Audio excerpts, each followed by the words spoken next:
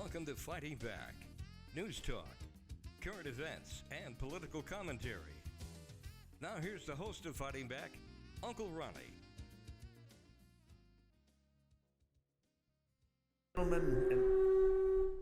Whoa. And welcome to the show. Hey, and thanks for that ad for Backstreet Gossip right there at the head. Monday night. Thank you for that. Yes, we want to remind everybody every Monday night. Gossip. Yes, and this is your host, Ron Lutters. There it is, Fighting Back.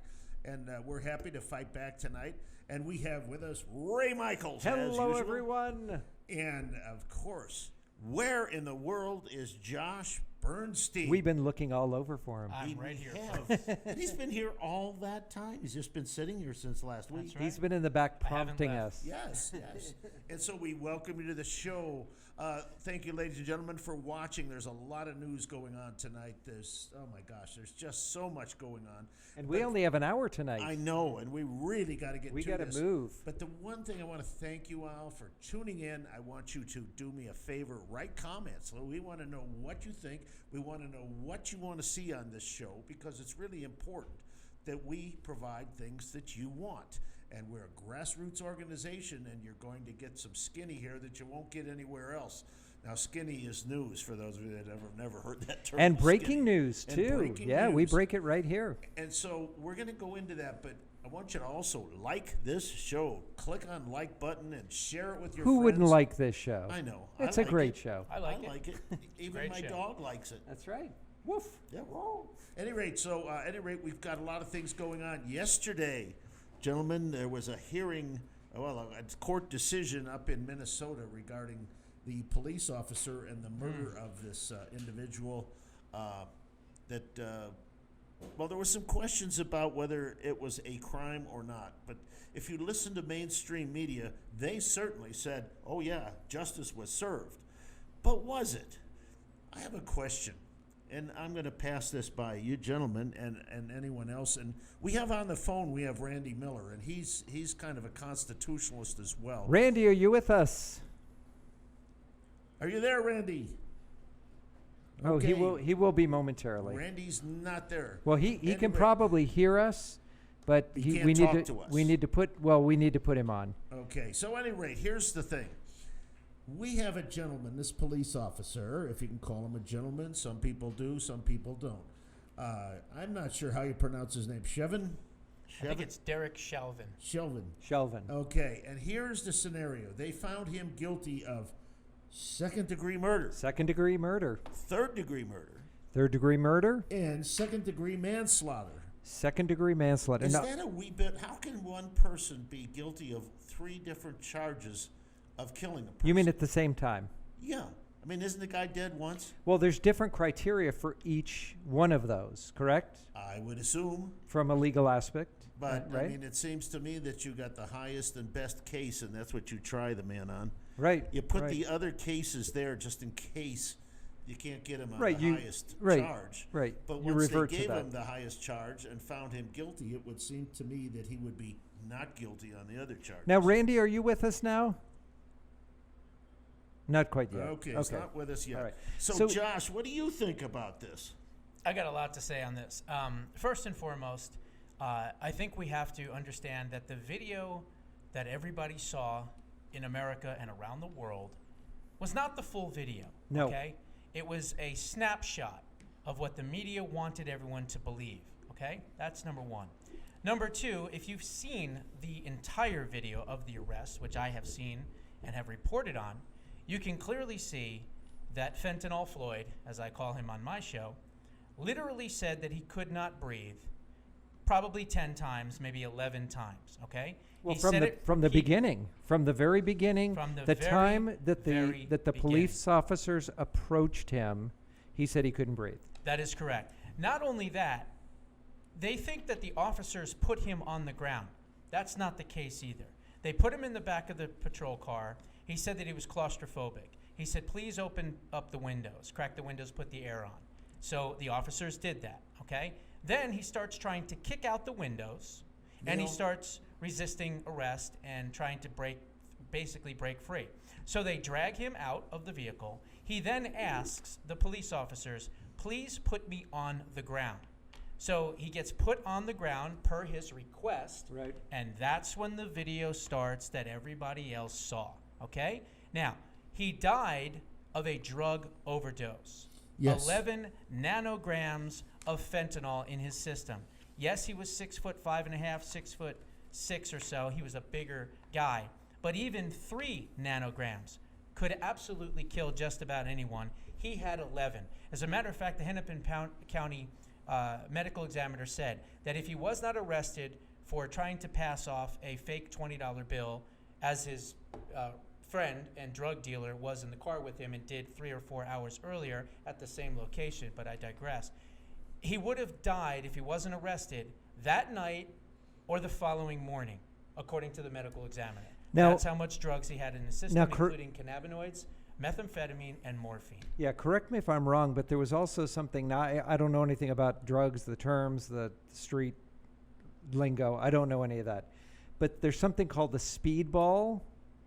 Are you familiar with this term? Not a druggie, so I've heard the term, yes. But it wasn't just the fentanyl, but he also did something in addition to that, which you mentioned. Yeah, I'll quote Fentanyl Floyd himself. I swallowed too many drugs. That's exactly what he said. I've heard the term speed before. But, here was a guy, he had a criminal record, and a violent criminal record, too. He had once pulled a gun and held it at the stomach of a pregnant woman. That is correct. Okay, so that in itself is kind of sick. Pulling a gun is also sick. So, at any rate, the man had all these excessive drugs in him. He was passing forged United States currency, $20 bills. Correct. He refused to obey police commands. And when they tried to resolve some of these issues, he got very violent with the police. Now, he was asked to show his hands 7 times. That doesn't necessarily mean. Randy, are you there? Are you there? Well, we're still having trouble. At any rate, the individual. This doesn't mean that this was a sad scenario. It doesn't mean that cooler heads could have prevailed. I've always said, Josh, that the perp always controls the situation. Always. In every case, the perp controls the situation. If he is peaceful, it's a peaceful transition. If he's violent, it's a violent transition. And so we have that issue. I've heard the president talking today or yesterday, and he's saying nonsense about this. Race relations, or people, even Al Sharpton, Reverend Al Sharpton, compared him. This was George. Al Sharpton, the race-baiting poverty pimp, as I like to call him. Yes, thank you for that. He even called him Jesus Christ. He said he had been crucified like Jesus Christ. Wow. So and the man was not an upstanding citizen. That doesn't mean that he should have died the way he was. Nobody's saying that. Of course not. No matter how you look at this, no matter which side you stand on, in this country you are innocent until proven guilty, and you need to be tried by a group of your peers, and there should be no outside influence. Now, I think with Maxine Waters going out there, and I think with the president saying do the right thing, I think there was undue pressure put on to the jurors that should never have happened. I believe that the jurors, knowing that these things could have happened, they should have been sequestered from the very, very beginning, and it should have been a fair trial. Even the judge said that, don't listen to any of this stuff, but it's, once it happens, you can't become unpregnant. Now, here was a question that I heard from Dennis Prager today that nobody asked. And I guess it's very commonplace to put your knee in a position to keep somebody subdued on the ground, and this is something that normally happens. But nobody ever questioned how many times this has ever been done, and has anybody ever died of this under normal circumstances?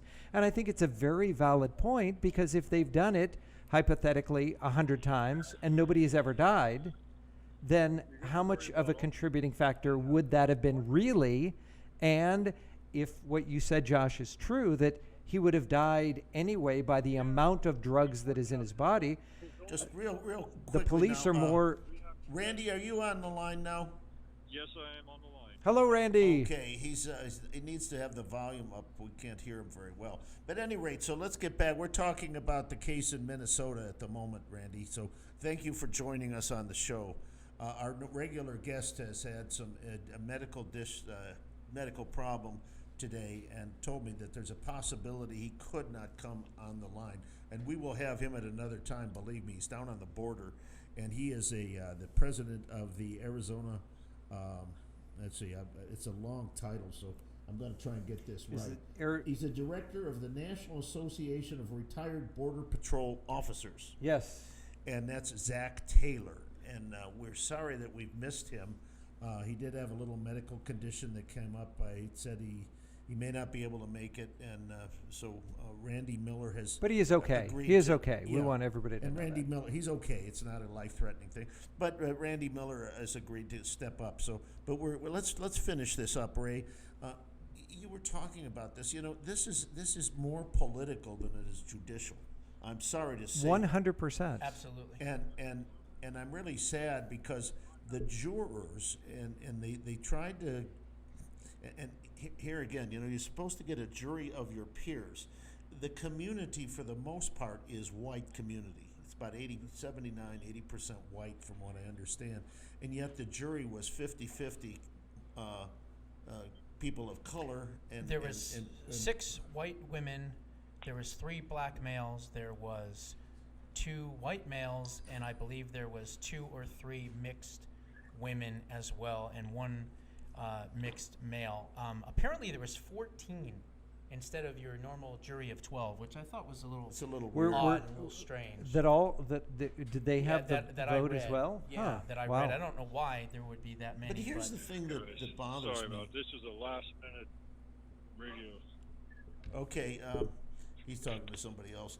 At any rate, here was the situation that bothered me. The New York Times, that great bastion of the New York journalism, Slimes, the New York Slime, was going to dox the people that were on the jury. Now, what is doxing? Maybe you can explain it. I know what it is, but explain Basically, it. it means to release to the public a public figure's information pertaining to their personal information, their address, phone number, things of that Where nature. they live.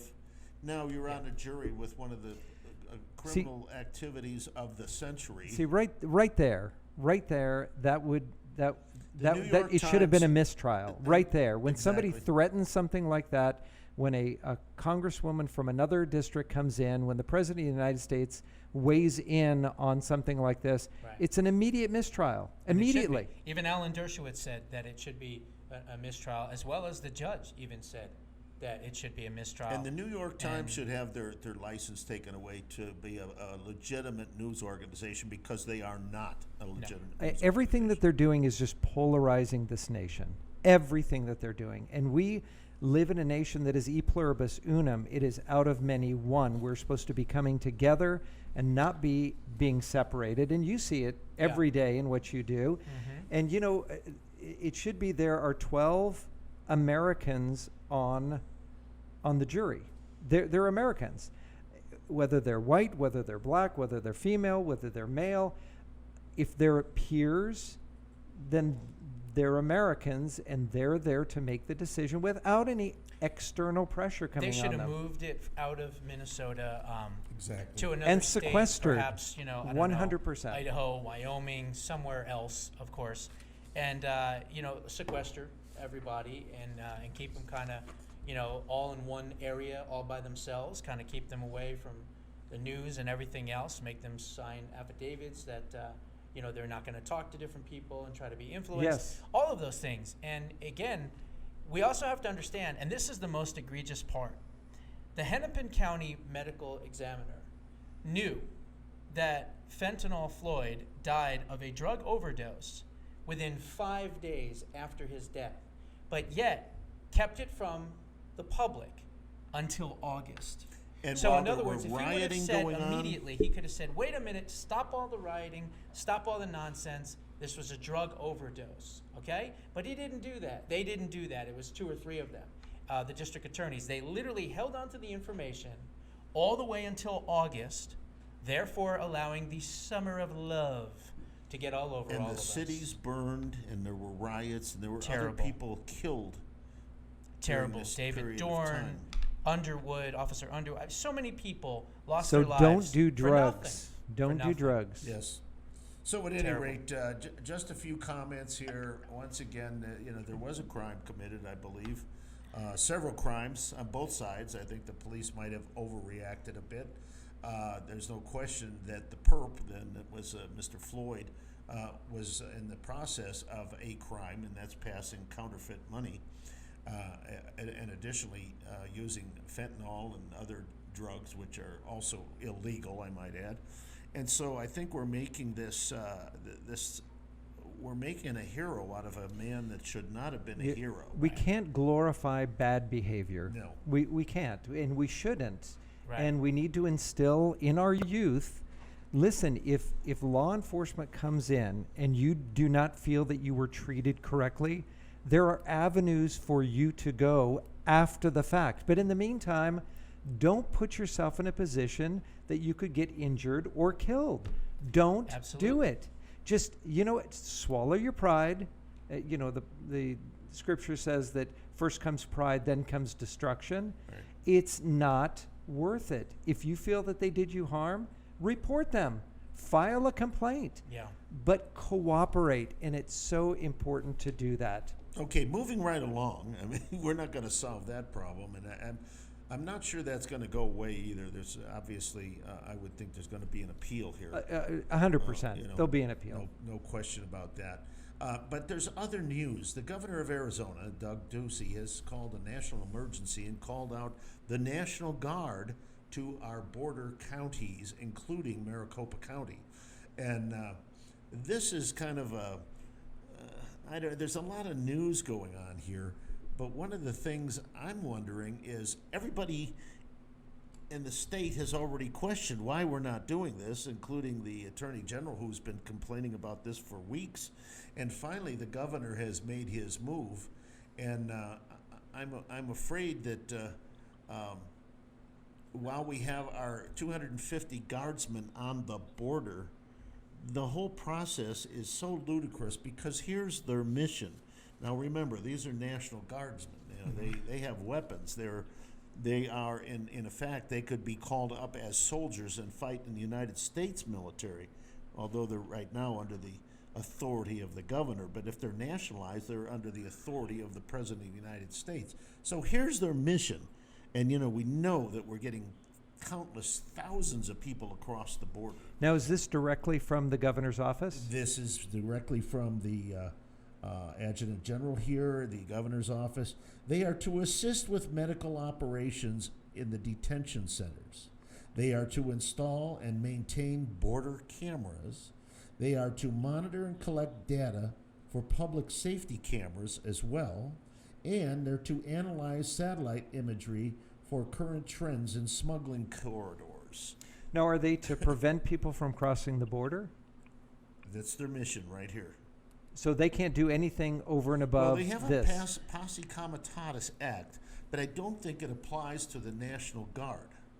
Now, this is why I wanted Randy here, because there are some constitutional issues here that everybody misunderstands. And myself included. Randy and I spoke earlier during the day, and I have some documents here, but I'm going to read this one, Randy. I don't want to take your thunder away, but Randy was more specific with me, and I'll just take a little of your sail there, a wind out of your sail, and that is the Constitution is very succinct as to who has what authority. It says the Senate has this authority. The House of Representatives has this authority. The Congress in general has this authority. The President has this authority, and the judiciary has this authority. And they're different authorities. And what Randy's saying, they're very succinct as to who has what. So, Randy, you're still with us, aren't you? Yes, I am. Oh, perfect. Okay, so he says here, it says, the United States shall guarantee to every state in the Union a Republican form of government and shall protect each of them against invasion. Now, we're being invaded, guys. This is Invasion 2021. That's No what I've question even about it. called this show. Invasion 21. We are being invaded. All of our southern border states are invaded. But Randy, explain when I said the United States here. I'm thinking the United States means the federal government. But Randy has set me straight on this. So, Randy, go ahead. Okay. I apologize. I'm conducting a meeting and I don't have all my documents with me, so I'm going off memory. But if you look at the Constitution is the framing of our government. Article 1 establishes the legislative branch, and it sets out their duties. And it says in there, Congress shall have the power to do this. In Article 1, Section 7, for instance, it says those bills generating revenue will have to come out of the House. So the House has specific duties. So they tell you specifically who has duties for what. Article 2 says the executive, the president, shall have these responsibilities.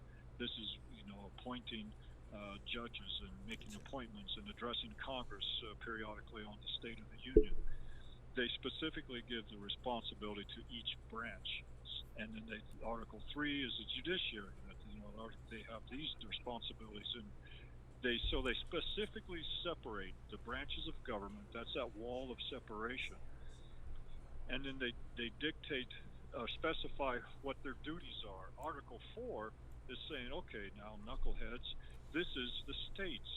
Each state will make sure that we don't harbor fugitive, and we will have interstate compact arrangements with each other. We will share our judicial records with one another, but Congress shall have the authority to make legislation to establish the procedures for that.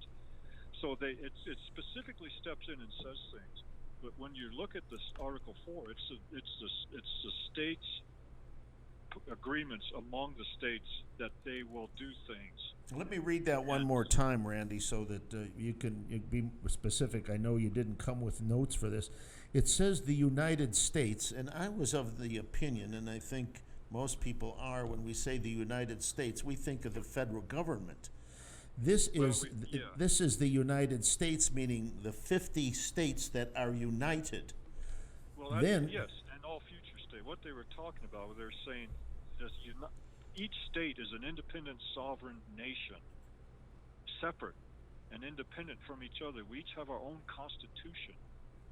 So when we say the United States, we're saying we are all states united under this Constitution.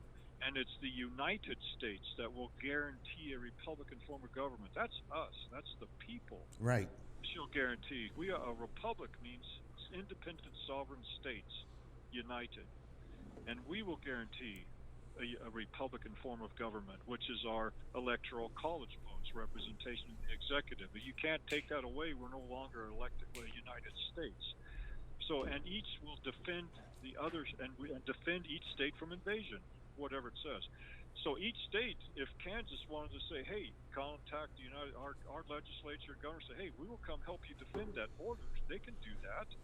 In 1934, I think it was, is when the Border Patrol was created. And that was because there was difficulty with, the Depression was going on, and the states were having difficulty, financial difficulty. The New Deal came in, made us more of a socialist country. So they said, we'll do the Border Patrol. The states never gave up their right to defend themselves.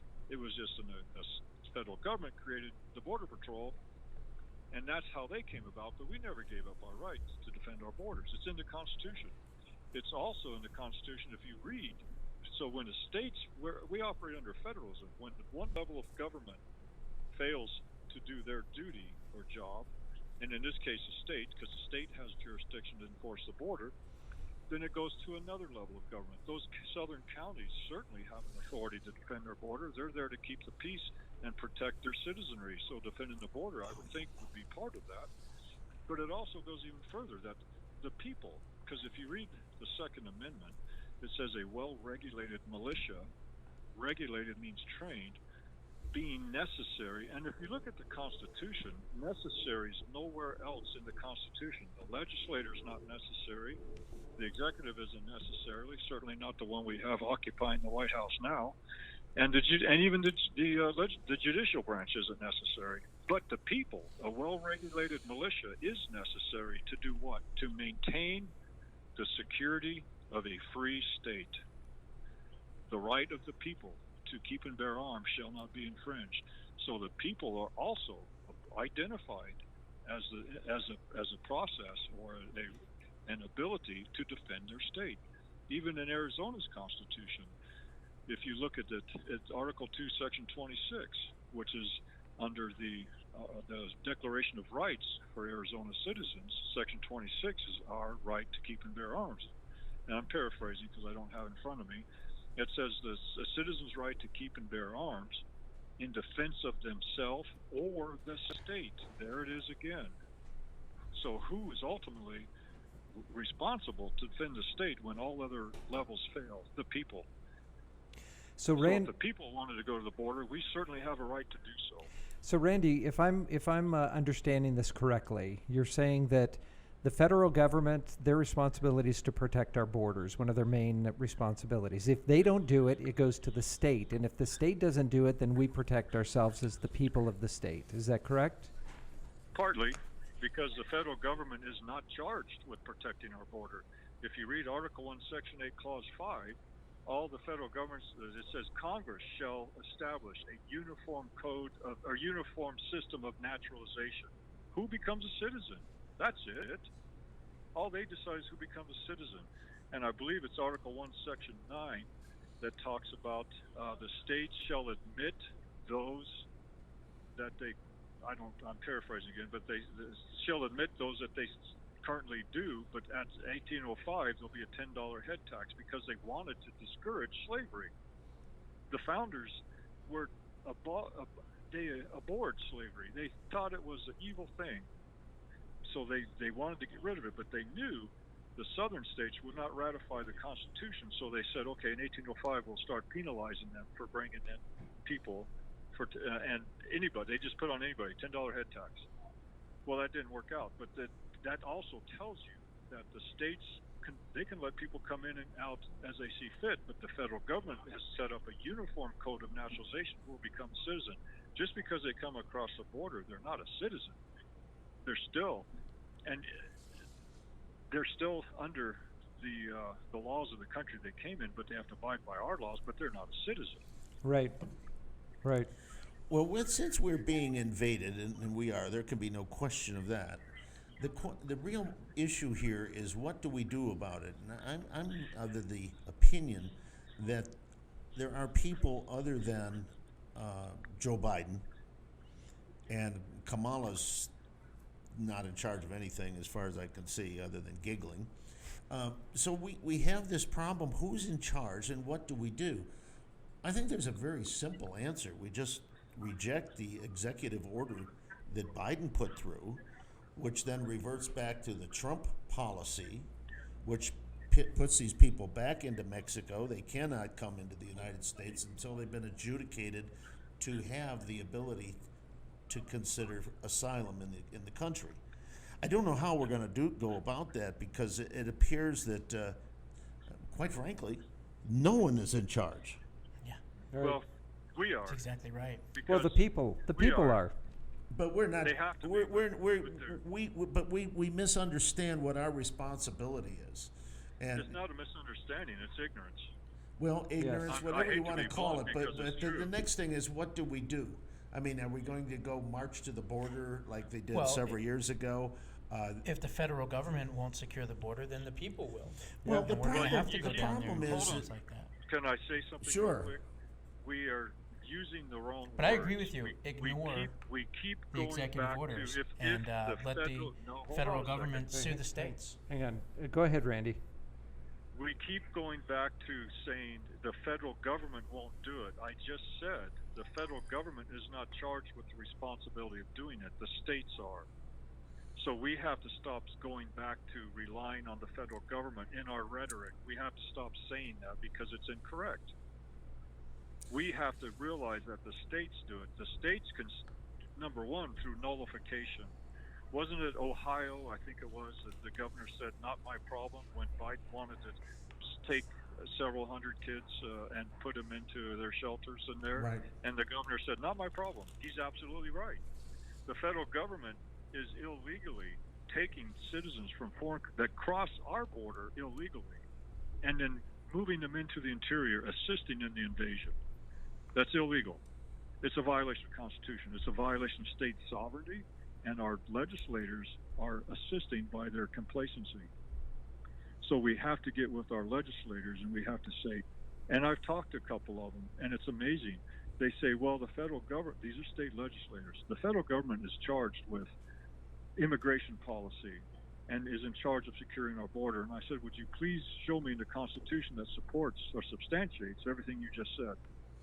And this gentleman fumbled around, unable to do so, and he finally said the 14th Amendment. And I said, what? No, it's not right. So our own legislators are not knowledgeable of the very document they take an oath to uphold and defend, the U.S. Constitution. Well, Randy, and the state of we've discussed this many times, that the legislature and the Congress does not understand the Constitution.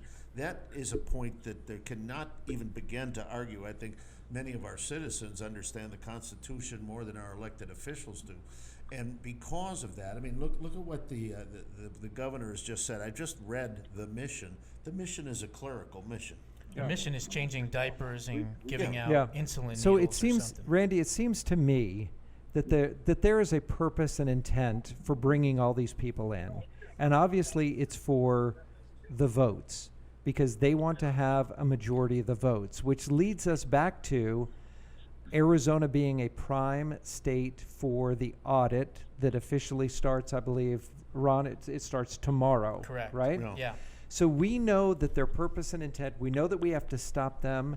And right now, we're going to be able to see exactly what happened over the 2020 election. Right. So and we're going to talk about that when we get back. Okay. We want to, and Randy, stay on the line, because you and I have discussed some of the issues today about your commitment to the audit. Okay. But, we want to close out this section.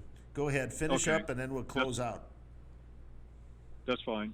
I apologize to your audience and you guys, but I'm conducting a meeting tonight, and I've got to get back here in a few minutes. Is that possible?